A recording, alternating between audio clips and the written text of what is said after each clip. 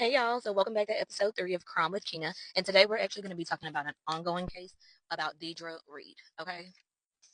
Could you imagine your mom, sister, cousin taking their spouse or significant other to what seems to be a regular destination, but they never return home? That's what happened to Deidre Reid. Deidre has been missing for 1,339 days, if there's no word of her at the time that this is posted. And there's also no trace of her at this time. So Deidre was last heard from on September 3rd, 2021. She was headed to a bus station in Charlotte to drop off her son's father, and he was taking a trip back to Georgia, where he's from. So Deidre's sister was expected to see her after the errand, but Deidre never showed up. So James Reid is Deidre's brother and one of her strongest advocates, and the reason that I heard about this case from Facebook. So shortly after Deidre went missing, her child's father was identified as a person of interest because he had been seen driving her car in York County, South Carolina, without her.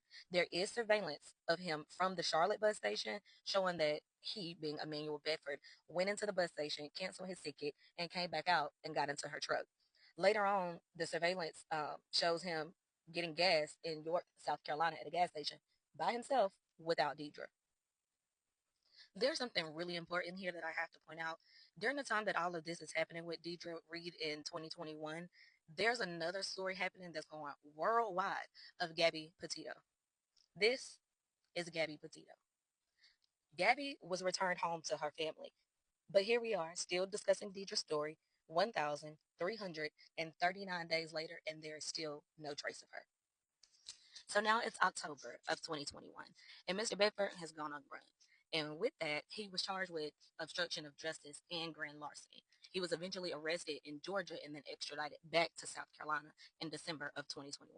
In February of 2022, he goes to court and more details about the day she went missing are then released. We find out that her car had been found days after she went missing and it was partially submerged in a pond with traces of blood. His request for bond was denied this day he went to court because, of course, like, why not? Sometime that next month in March of 2022, Mr. Bedford was then charged with murder and kidnapping. By July of 2022, the blood from her truck was confirmed to match Deidre. So after that, Mr. Bedford excuses his lawyers and files motions against the lawyers and the solicitor, which is basically the person who's prosecuting the case. And then the judge gives Mr. Bedford 30 days to find a new lawyer. So after this, the case goes quiet for a little while. Would y'all believe this man escaped from jail by slipping through a window? Yes, Mr. Bedford escaped from jail by slipping through the window. He was found that same night, but it is worth to note that Chesterfield County, which is in South Carolina, has had two other inmates escape around that time too. The latest update in this trial was that the date was set in April of 2025. However, there weren't enough jurors to